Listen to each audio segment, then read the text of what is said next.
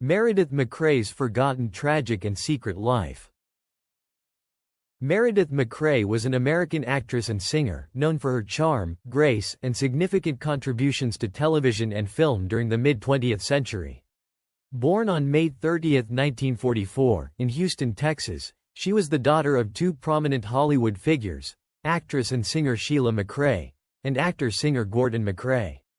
Coming from a family rooted in show business, Meredith was introduced to the entertainment world from a young age, which eventually led her to pursue a career in acting. Despite the privilege and exposure she had growing up, Meredith carved her own path in Hollywood with hard work, determination, and undeniable talent. Meredith MacRae rose to prominence in the 1960s, becoming a household name with her memorable role as Sally Morrison on My Three Sons, 1963 to 1965. And later as Billie Jo Bradley on Petticoat Junction, 1966 to 1970. Her portrayal of Billie Jo on Petticoat Junction showcased her acting versatility, wit, and wholesome charm, endearing her to audiences. As the eldest of three sisters in the show, Meredith's character displayed a blend of intelligence and warmth that resonated with viewers. Her role in Petticoat Junction distinguished her as one of the prominent female stars of her time, particularly in the era when television was becoming a dominant medium in American households. Beyond her television career, MacRae was also an accomplished singer. She performed several times on television and occasionally ventured into recording music, although acting remained her primary focus. Meredith inherited her parents' musical talent, often mesmerizing audiences with her singing ability.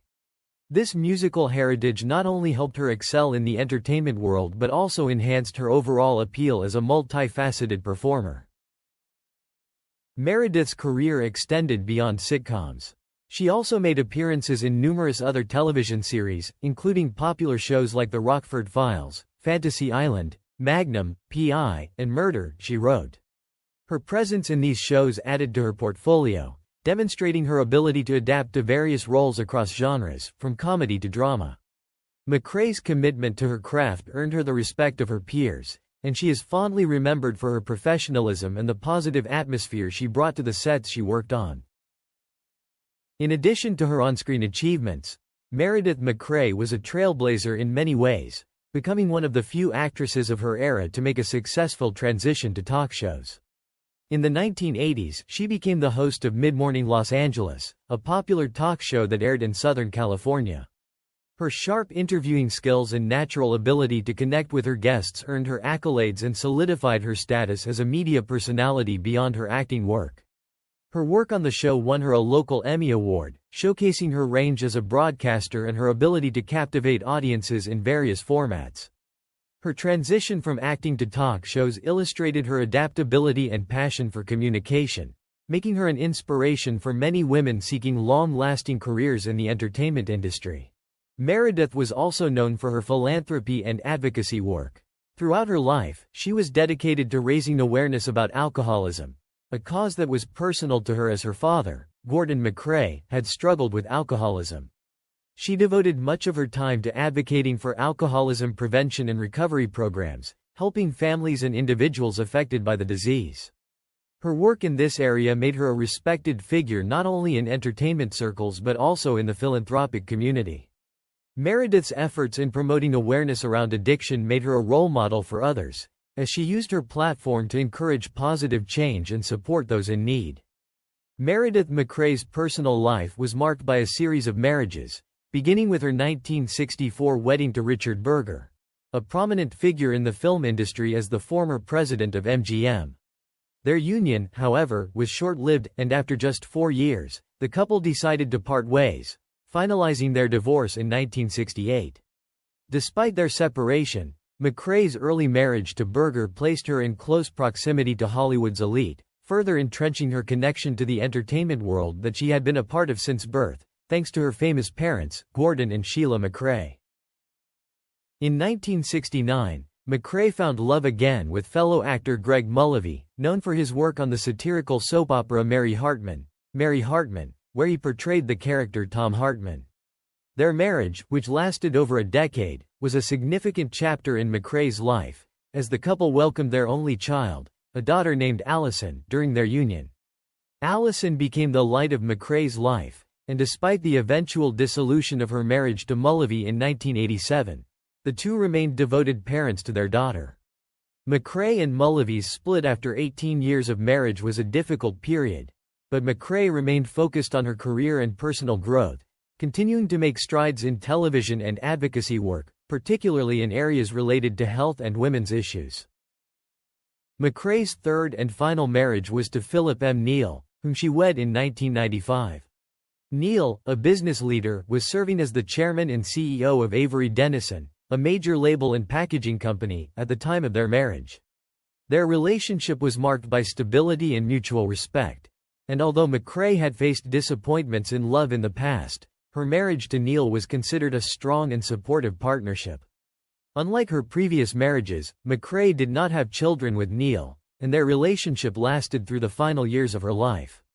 Neal provided a source of comfort and strength as MacRae faced her most difficult personal challenge, her battle with cancer. In January 1999, MacRae's life took a dramatic turn when she began experiencing alarming health symptoms.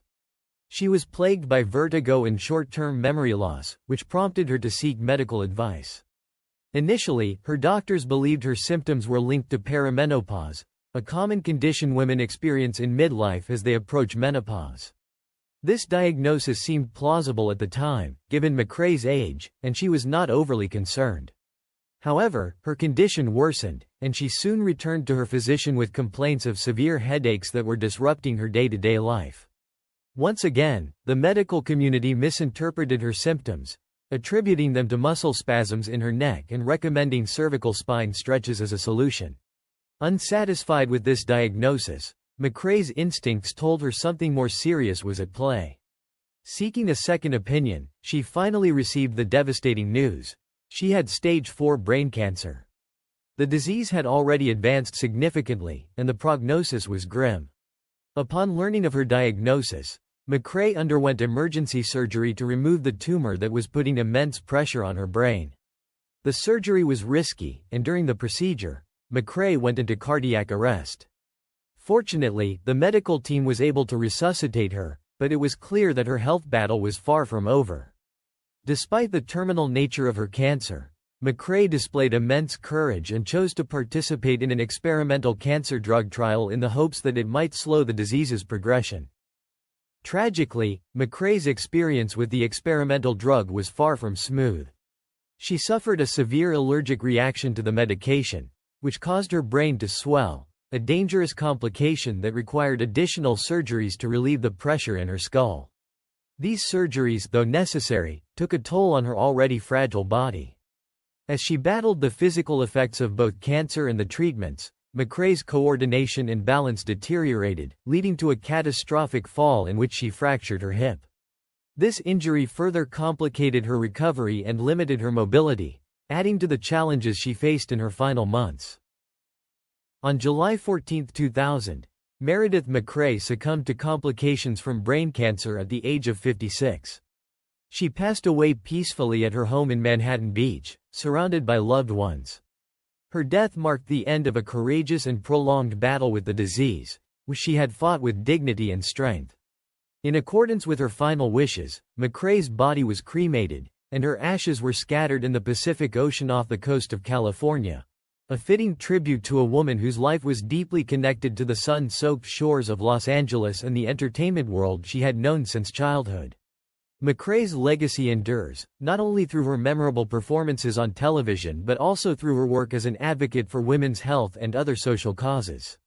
She faced personal struggles, health challenges, and professional pressures with remarkable grace, and her story continues to inspire many who remember her as a talented actress, loving mother, and resilient fighter in the face of overwhelming adversity.